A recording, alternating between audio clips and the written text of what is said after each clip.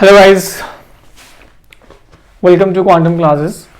My self Ali, और आज हम एससी वर्मा का चैप्टर 2 का ऑब्जेक्टिव 2 देखने वाले हैं ना, मतलब वेक्टर एक्सरसाइज का हम ऑब्जेक्टिव 2 देखेंगे। ठीक है, तो इसमें पहला क्वेश्चन क्या कह रहा है कि ए सिचुएशन में be described by the using different sets of coordinate axis having different orientation. आपको ऐसा बोला है कि एक सिचुएशन है जो डिफरेंट कोऑर्डिनेट एक्सिस के थ्रू डिफाइन हो सकता है ना। उसके बाद फिर क्या कह रहा है कि आपको 4 ऑप्शन गिवन है और उसमें यह पूछ रहा है कि कौन सी ऐसी चीज है जो कोऑर्डिनेट एक्सिस के ओरिएंटेशन पर डिपेंड नहीं करती है ना। तो देखो, मान लेते हैं कि ये हमारा एक कोऑर्डिनेट एक्सिस है, दिस वन, ठीक, और इसी में एक दूसरा कोऑर्डिनेट एक्सिस कुछ इस तरीके से। अब ऑप्शन पे आते हैं। The value of scalar, dear, हम स्केलर की डेफिनेशन से ही जानते हैं कि स्केलर का डायरेक्शन के साथ कोई एसोसिएशन रहता ही नहीं है। तो इसका मतलब यह हुआ कि the value of scalar does not depend upon the orientation of these axis, है ना। तो ऑप्शन ए जो है वो आपका करेक्ट है। ऑप्शन बी क्या कह रहा है कि the component of a vector, just keep in mind, आपको मैंने ये बता रखा है बहुत पहले से ही कि ये आपका कोई वेक्टर है ए, और इसका मुझे अगर इस डायरेक्शन में क्या चाहिए, इस डायरेक्शन में अगर मेरे को कंपोनेंट चाहिए, तो सबसे पहले मैं क्या करता हूं, वेक्टर का मैग्नीट्यूड, फिर एंगल, फिर उसके बाद कॉस लगाता हूं।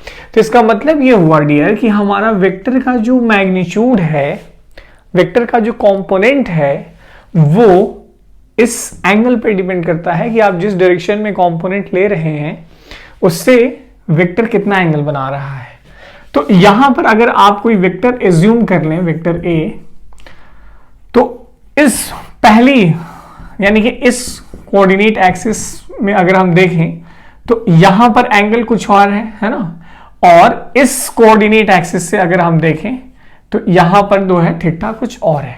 तो इसका मतलब यह हुआ कि कोऑर्डिनेट एक्सिस के ओरिएंटेशन के बेसिस पर हमारा जो कंपोनेंट है वो क्या हो रहा है, वो बदल रहा है। ठीक है, तो इसलिए ऑप्शन बी जो है वो आपका क्या होगा, रॉन्ग होगा।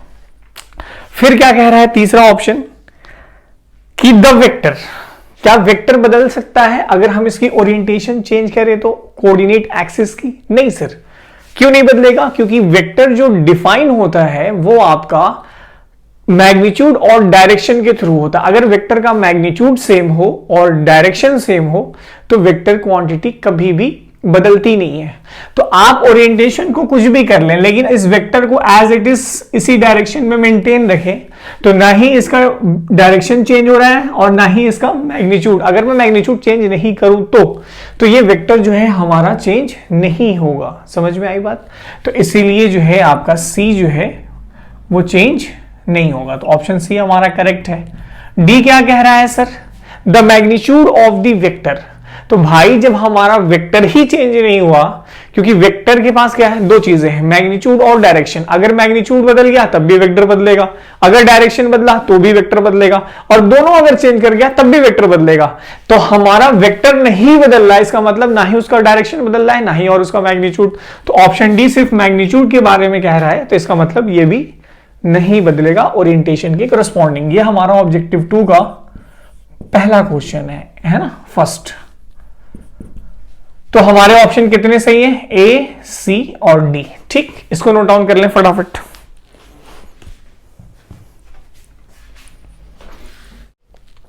चलो, क्वेश्चन नंबर 2 क्या कह रहा है कि आपको एक वेक्टर मान लेना है, दिस वन, ठीक। उसके बाद आपसे ऑप्शंस में क्या क्या पूछ रहा है, बोल रहा है कि modulus of C is always greater than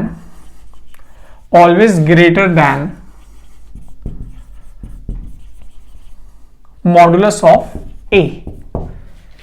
ठीक है डियर, हम जानते हैं रिजल्टेंट के फॉर्मेट से, है ना, रिजल्टेंट यहां पर हमारा क्या है, सी वेक्टर है। रिजल्टेंट जो होता है डियर वो आपका A square B square 2ab cos of theta होता है। हम ये देख रहे हैं कि मॉडुलस ऑफ सी जो है डिपेंड किस पे कर रहा है, थीटा पे, है ना। और पैरेललोग्राम लॉ में मैंने आपको ये सिखा रखा है कि रिजल्टेंट की जो मैक्सिमम वैल्यू होती है वो कितनी होती है डियर, a प्लस बी, है ना। और इसकी जो मिनिमम वैल्यू होती है वो कितनी होती है सर, a माइनस बी।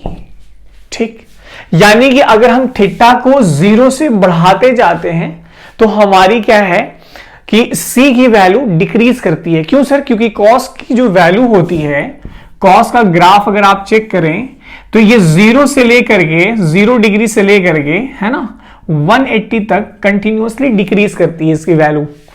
तो हम 0 से जब बढ़ाएंगे एंगल्स को तो हमारी जो c की वैल्यू है वो कंटिन्यूअसली डिक्रीज करती है, कहां तक, 180 तक।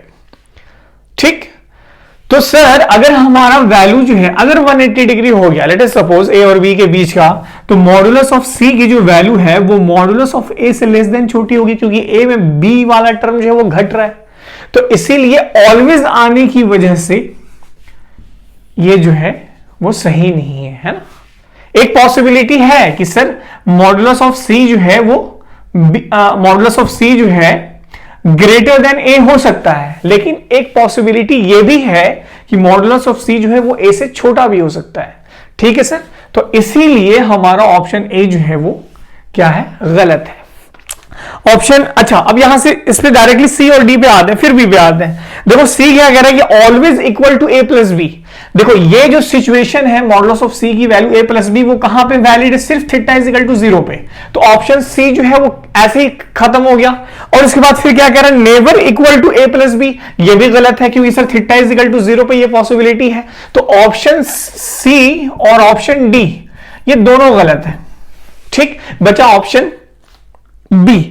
ऑप्शन बी क्या कह रहा है, it is possible to have modulus of C less than A. This is the condition कि सर अगर हम 180 से 180 पे एंगल रहेगी दोनों वेक्टर के बीच की, तो हमारी मॉडुलस ऑफ सी जो है वो लेस देन ए पॉसिबल है, हमने यहां पे देखा। अब क्या sir modulus of C less than B भी हो सकता है? जी सर, ऑब्वियसली बात है, इस पे डिपेंड करेगा। जैसे मान लो ये वेक्टर जो है 5 यूनिट, 5 न्यूटन फोर्स इधर लगा और इधर जो है हमारा 4 न्यूटन फोर्स लगा, तो इसको a मान लो और इसको b मान लो, तो a माइनस बी कितना देगा सर, तो 1 देगा। तो मॉडुलस ऑफ c जो है वो लेस देन b पॉसिबल है, मॉडुलस ऑफ c जो है वो लेस देन b पॉसिबल है। तो इसीलिए जो है सिर्फ और सिर्फ आपका b जो है एक करेक्ट ऑप्शन होगा। ठीक है सर, इसको नोट डाउन करें फटाफट। ठीक, क्वेश्चन नंबर 3 क्या कह रहा है, क्वेश्चन नंबर 3 ऑब्जेक्टिव 2 का कि let the angle between two vector a and b is 120 degree, then its resultant be c, then c must be equal to a minus b। Sir आपको दो vector given है ना, a और b, और साथ में इन दोनों का जो समेशन है वो c दे रहा है, ऐसा कुछ बोला।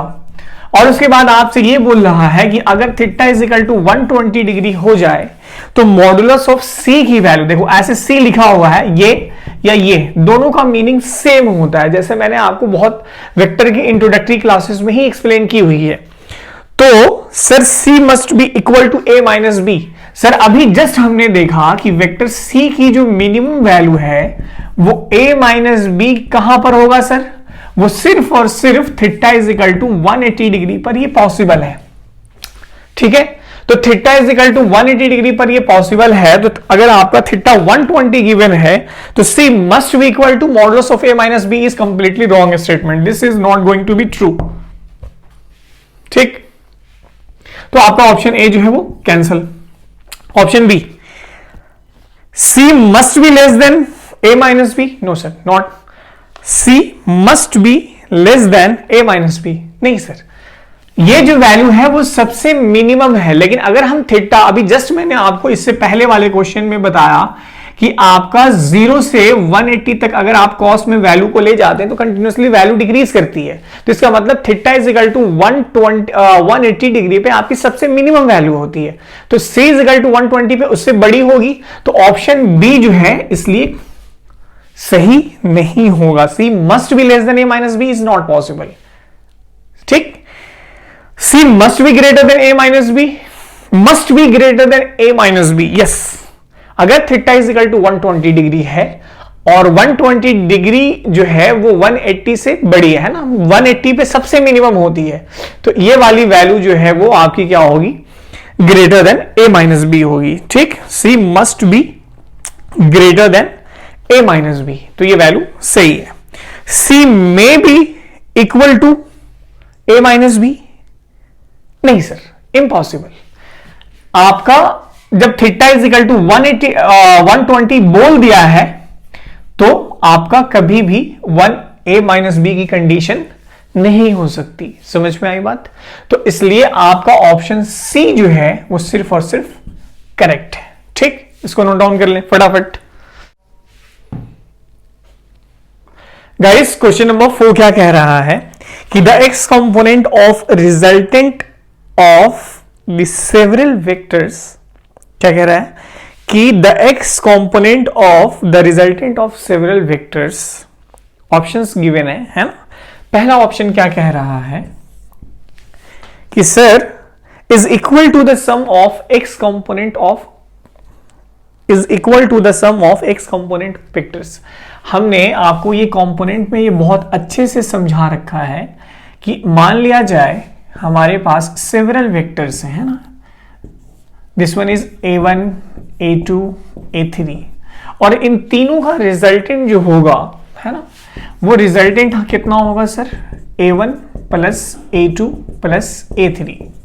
ठीक, ये जो रिजल्टेंट है अगर इसको हम कंपोनेंट फॉर्म में लिखें तो ये a1 x i cap plus ऐसे a1 x i cap plus a1 y j cap, ये आपका क्या है, ए वेक्टर का कंपोनेंट है।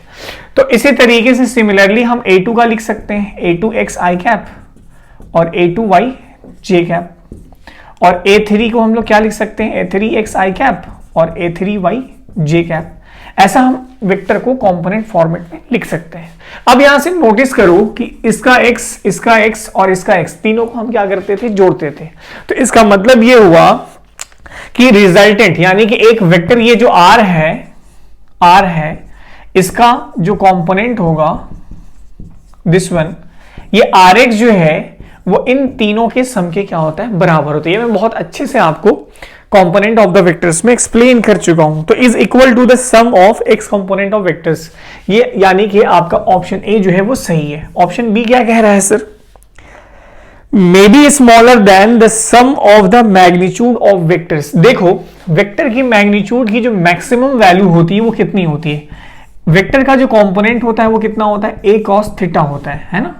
अगर ये सारे वेक्टर अलाइन हो जाए एक्स एक्सिस की तरफ, है ना, जैसे a1 भी इधर, a2 भी इधर और a3 भी इधर, है ना, सारे एक्स एक्सिस में हो जाए तो हमारा थीटा की वैल्यू कितनी हो जाएगी, 0। तो यानी कि मैक्सिमम एक्स कंपोनेंट कितना हो सकता है sir, summation of the magnitude of the vectors equal to, possibility है कब, 0 पे। लेकिन क्या करें, may be smaller than the magnitude of vectors, या पॉसिबिलिटी तो है, मैक्सिमम ये है। तो जैसे ही हम थीटा बढ़ाएंगे कंपोनेंट की वैल्यू क्या हो जाएगी, एक्स कंपोनेंट की वैल्यू घट जाएगी। तो आपका ऑप्शन बी भी जो है वो क्या है, सही है। ऑप्शन सी क्या है, may be greater than the sum of the magnitude of the vectors, it's impossible. जैसे अभी मैंने एक्सप्लेन किया कि maximum value of the component जो होगा वो थीटा इज इक्वल टू 0 पे होगा और अलोंग द एक्सिस, मतलब अगर एक्स में लिया है तो एक्स में, दिस वन। तो आपका सी जो है वो कंप्लीटली रॉन्ग स्टेटमेंट है ना। मैक्सिमम वैल्यू तीनों के मैग्नीट्यूड के सम के बराबर हो सकती है। May be equal to the sum of the magnitude of vectors, या ऑब्वियसली जब थीटा इज इक्वल टू 0 करेंगे तो वेक्टर के समेशन के, वेक्टर के मैग्नीट्यूड के समेशन के बराबर आ सकता है। तो थीटा इज इक्वल टू 0 पे ये वाला डी स्टेटमेंट जो है वो पॉसिबल है। तो हमारा ऑप्शन ए, बी और डी जो है वो करेक्ट है। ठीक है गाइस, नोट डाउन कीजिए। ठीक, question number 5, the magnitude of the vector product of the two vectors a and b may be greater than a and b। Dear, हमने आपको ये बहुत अच्छे से समझा रखा है कि a क्रॉस b का जो मैग्नीट्यूड है वो A B sine of theta के बराबर होता है, ठीक है ना। तो सर आपका ये जो मैग्नीट्यूड डिपेंड किस पे किया, magnitude of A, magnitude of B और एंगल बिटवीन देम।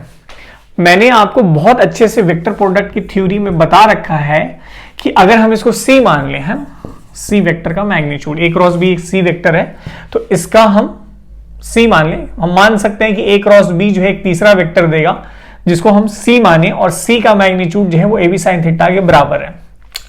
तो मैंने आपको ये बहुत अच्छे से बताया है कि सी की वैल्यू मैक्सिमम जो होती है वो कब होती है सर, जब साइन थीटा की वैल्यू 1 हो, और साइन थीटा की वैल्यू 1 कब होती है सर, जब थीटा 90 डिग्री हो, ठीक। तो सी मैक्स की जो वैल्यू होगी वो कितनी होगी सर, सी मैक्स की वैल्यू कितनी होगी सर, ए इंटू बी। तो आपसे पहला ऑप्शन ये कह रहा है कि आपका magnitude of the vector product of two vectors A and B may be greater than A and B.